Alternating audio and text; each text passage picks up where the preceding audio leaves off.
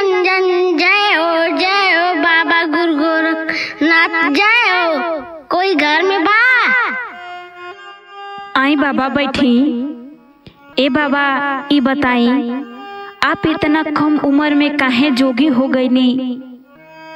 बताई बाबा, अपना बारे में कुछ बताई। का जान के करबू? ना माने तो सुना। ठीक बा बाबा, बताई।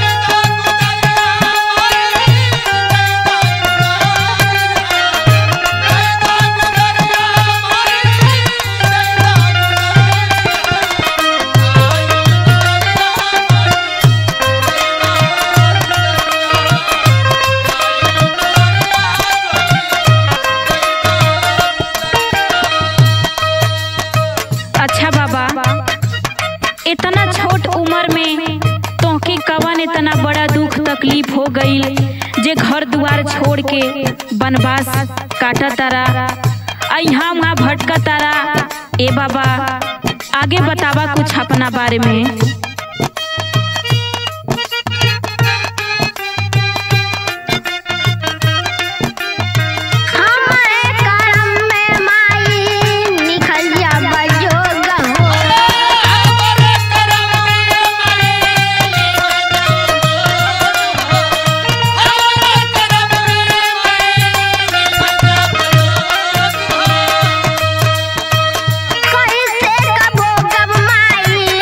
दुनिया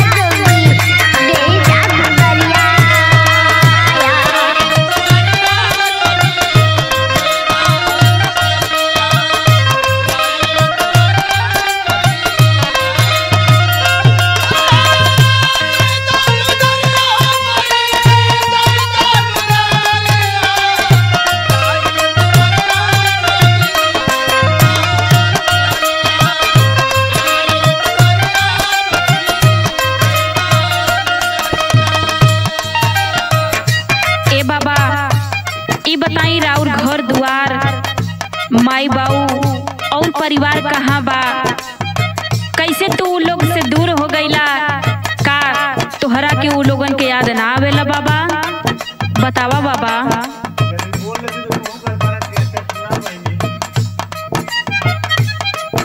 बोला। अच्छा सुना।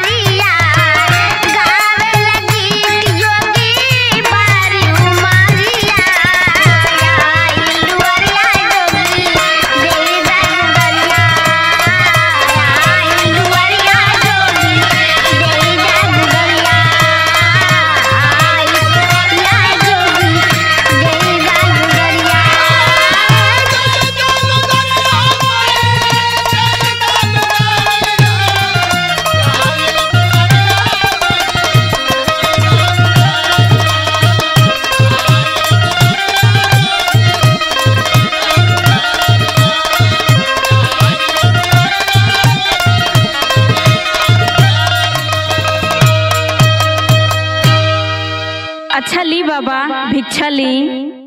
अच्छा जा माई भिक्षा।